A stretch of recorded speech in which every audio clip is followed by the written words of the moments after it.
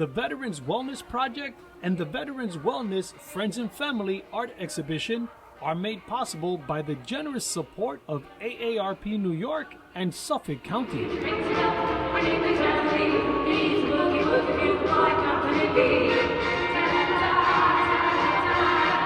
The Islip Arts Council put together a double-barreled art exhibition honoring our veterans. One gallery featured works created by veterans, and in the second gallery, AARP New York sponsored works created by friends and families of veterans.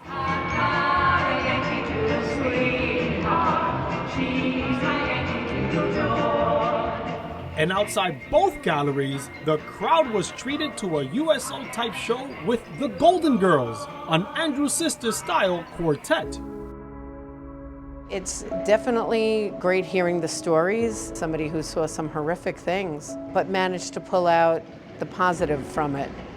So that was particularly nice. I suffered 3 traumatic brain injuries in the service, and one of the things I discovered during my polytrauma rehabilitation is how the brain remodels itself after injury. And it's actually not uncommon for the creative parts of our brain to get activated as part of the neuroplasticity of recovery. This is a black and white photograph called Twin Towers, Roosevelt Island. Part of this is a reflection on memory and memories of war. We're many years away from, 9/11, 2001, but how memory kind of imprints itself. So somebody else may have looked at this and seen, okay, this is trees, but what I also saw for me was the imprint of the Twin Towers. This is my grandson, Jamie Moss, and he was in the Marines for 4 years. I wanted to create a painting to raise money for Paws of War.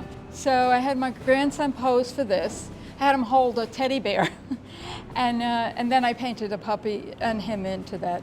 My first husband, who passed away when I was 26 years old, but he was a Korean War veteran who was wounded 3 times. So I'm connected to veterans. I take original photographs that I took in Vietnam and I paint them.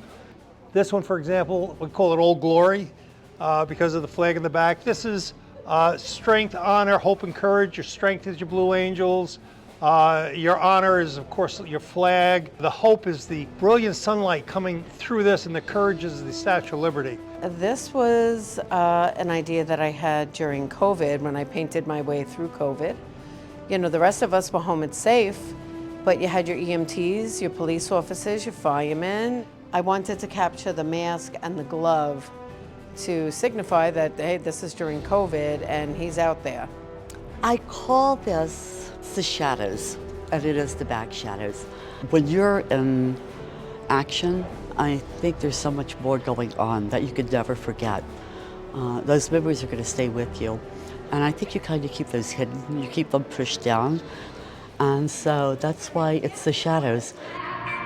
I'm really impressed by the creativity and expression of my fellow veterans. The ability to connect with people via artistic medium is also a really powerful way to continue that veteran connection.